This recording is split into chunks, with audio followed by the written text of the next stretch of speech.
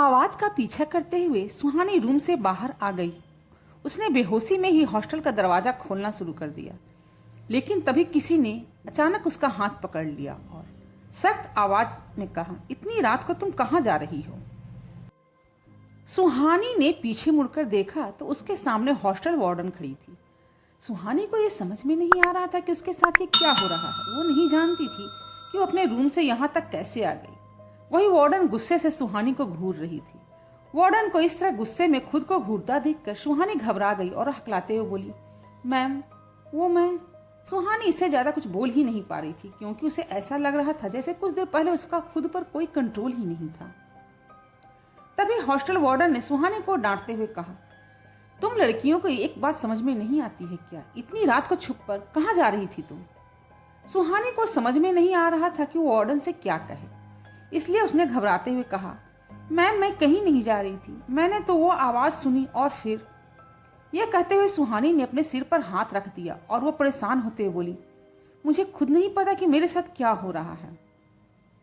सुहानी की ऐसी हालत देखकर वार्डन के चेहरे के भाव बदल गए और एक गहरी सांस लेते हुए बोली, ठीक है, अब तुम अपने कमरे में जाकर सो जाओ।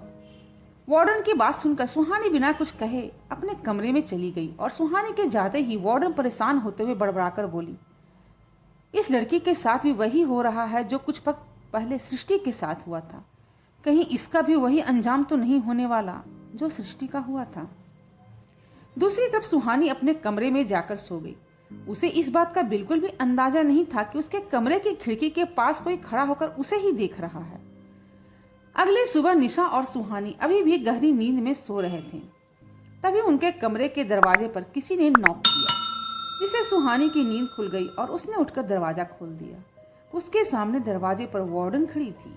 इससे पहले सुहानी कुछ कहती, वार्डन ने उसे इन्फॉर्म करते हुए कहा, सुहानी, तुमसे कोई मिलने आया है, जल्दी से नीचे आ जाओ।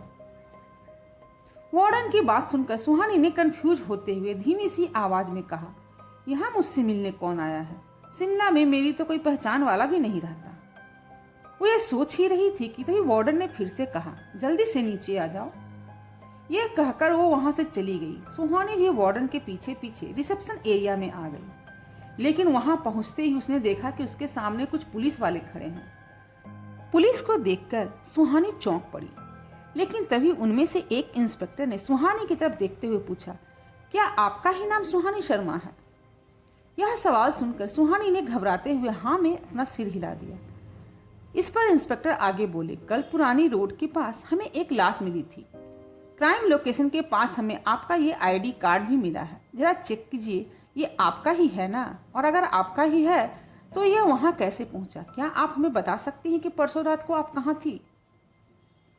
इंस्पेक्टर की आंखों में सुहानी के लिए साफ साफ शक दिखाई दे रहा था, लेकिन सुहानी इससे जरा भी नहीं डरी और नॉर्मल होने की कोशिश करते हुए बोली, सर, मैं परसों रात उसी पुराने रोड से हॉस्टल आई थी, इसलिए शायद रास्ते में ये आईडी कार्ड गिर गया होगा।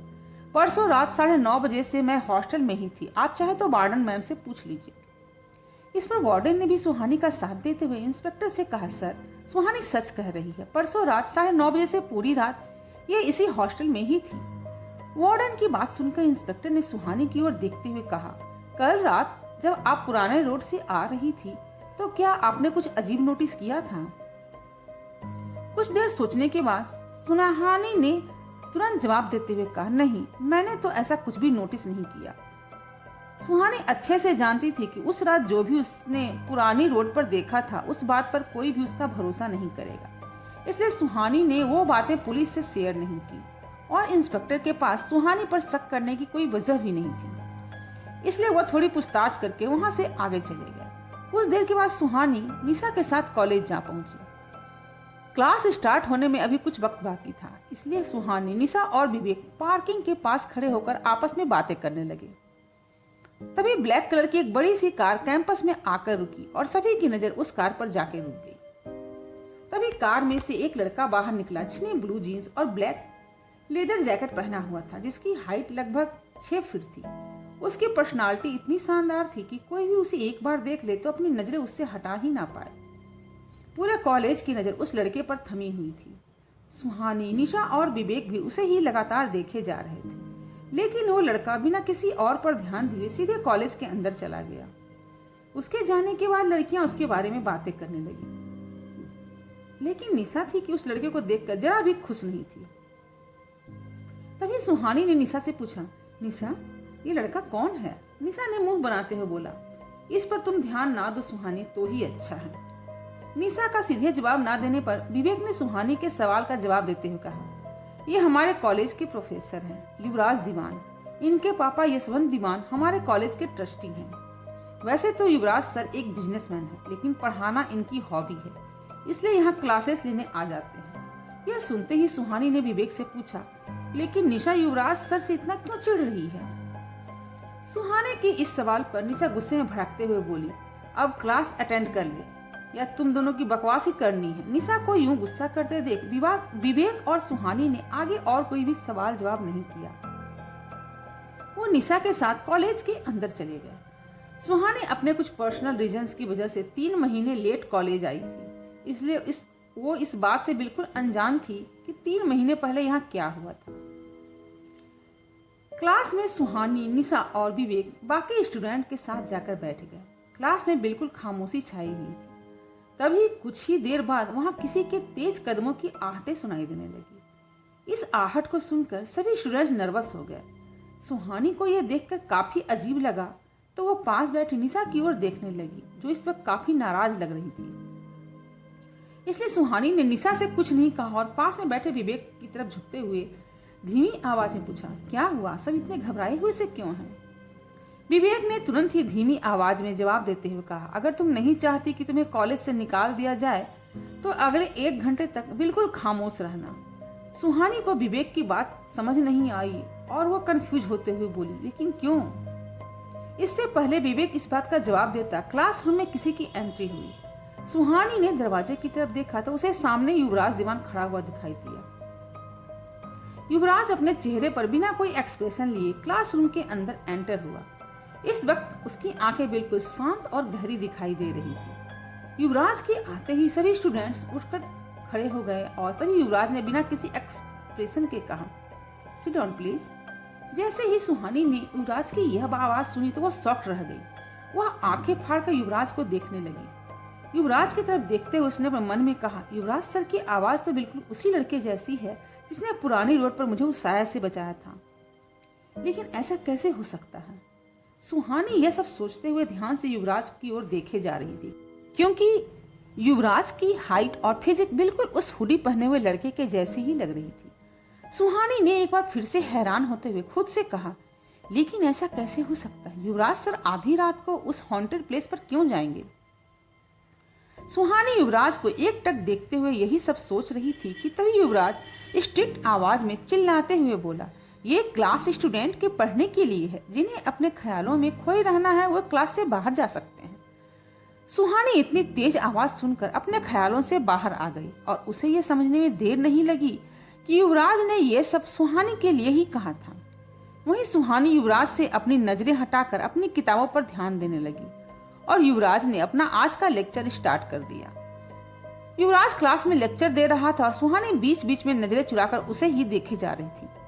वो चाहकर भी ना अपने ख्यालों को रोक पा रही थी और ना ही युवराज से अपनी नजरें हटा पा रही थी। वहीं युवराज ने इस बात को अच्छे से नोटिस किया, लेकिन इसमें वो कुछ भी रिएक्ट नहीं कर रहा था। तभी अचानक से सुहानी को वही आवाज सुनाई देने लगी जो उसे कल देर रात सुनाई दे रही थी, मेरी मदद करो प्लीज, मुझे यहाँ से निकालो, प्लीज हेल्प मी, प्लीज मुझे यहाँ से बाहर निकालो। उस आवाज में आज भी उतना ही दर्द था जितना कि कल रात को था। जैसे ही सुहानी को वो आवाज सुनाई दी, अचानक से युवराज पढ़ाते पढ़ाते खामोश हो गया और कुछ देर तक एक ही जगह पर खामोश खड़े रहा। कुछ देर बाद युवराज को याद आया कि वो क्लास में है और बिना कुछ कहे बीच में ही क्लास छोड़कर वहां से चला गया। सुहानी को यह सब काफी अजीब लग रहा था, लेकिन बाकी के ये स्टूडेंट युवराज के इस एरोगेंट बिहेवियर से अच्छे से वाकिफ थे, इसलिए उन्हें यह बिल्कुल भी अजीब नहीं लगा। तभी सुहानी ने कंफ्यूज होते हुए खुद से कहा, वो आवाज आते ही युवराज सर खामोश क्यों हो गए?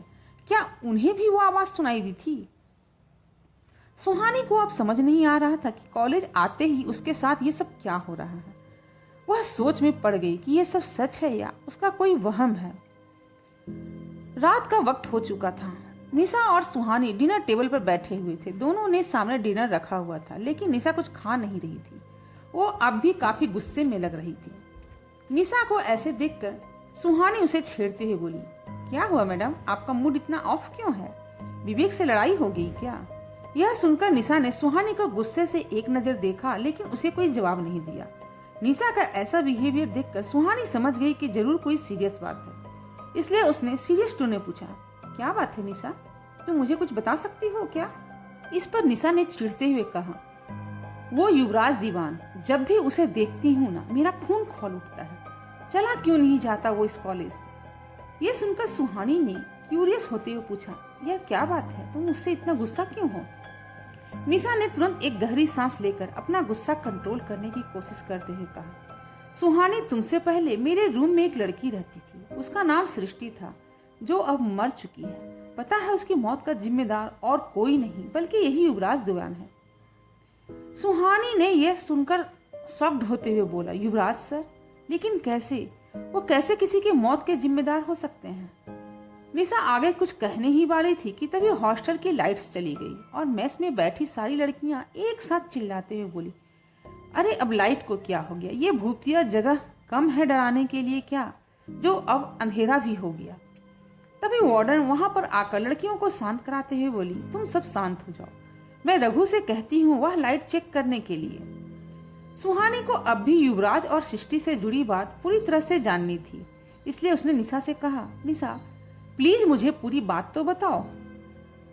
लेकिन निशा ने उसे टालते हुए कहा, फिर कभी यार, आज मूड ठीक नहीं है और देखना लाइट भी चली गई है। सुहानी आज ही पूरी बात जानना चाहती थी, लेकिन उसने निशा के खराब मूड को देखकर उसे फोर्स नहीं किया। डिनर के बाद निशा और सुहानी अपने रूम में आ गए और कुछ ही देर में निशा गहरी नींद में सो गई, लेकिन सुहानी बेड पर बैठे हुए सीलिंग की ओर घूरकर देख रही थी। इस वक्त उसके दिमाग में निशा की कही हुई बातें ही रिपीटेशन में चल रही थी कि सृष्टि की मौत का जिम्मेदार युवराज दीवान है। यह सोचते हुए सुहानी खुद से बोली, अगर मैं सही हूँ तो उस रात युवराज सर ने ही मुझे उस साया से बचाया था, जबकि वो मुझे जानते भी नहीं थे, तो फिर वो कैसे किसी के मौत की वजह हो सकते हैं? और आज भी वो अचानक क्लास से ऐसे क्यों चले गए? क्या वो भी उन आवाजों को सुन सकते हैं जो मुझे सुनाई देती है? सुहानी यही सब सोच रही थी कि तभी उसकी नजर अपने कमरे की खिड़की पर गई और एक पल के लिए वो ऐसा लग रहा था जैसे कोई खिड़की के बाहर खड़ा होकर उसे ही देख रहा था। पहले तो वो थोड़ा घबरा गई, लेकिन फिर हिम्मत करके वो उठते हुए धीरे धीरे खिड़की की तरफ जाने लगी। खिड़की के पास पहुंचते ही उसने बाहर की तरफ देखा, जहां इस वक्त कोई भी नहीं था। तो सुहानी ने बाहर की ओर देखते हुए खुद से कहा, शायद यह मेरा कोई वहम था। यह कहकर उसने खिड़की को बंद कर दिया और वापस अपने बेड पर आकर सो गई। लेकिन अभी भी खिड़की के बाहर एक आदमी खड़ा था जो एकटक सुहानी को ही देखे जा रहा था। आखिर कौन था वो आदमी और वो क्यों रख रहा था इतनी रात को सुहानी पर नजर? क्या युवराज भी उन आवाजों को सुन सकता था? और क्या सच में युवराज ही था सृष्टि की मौत की वजह? आगे की कहानी को जानने के लिए मेरे चैनल को लाइक, शेयर और सब्सक्राइब करें।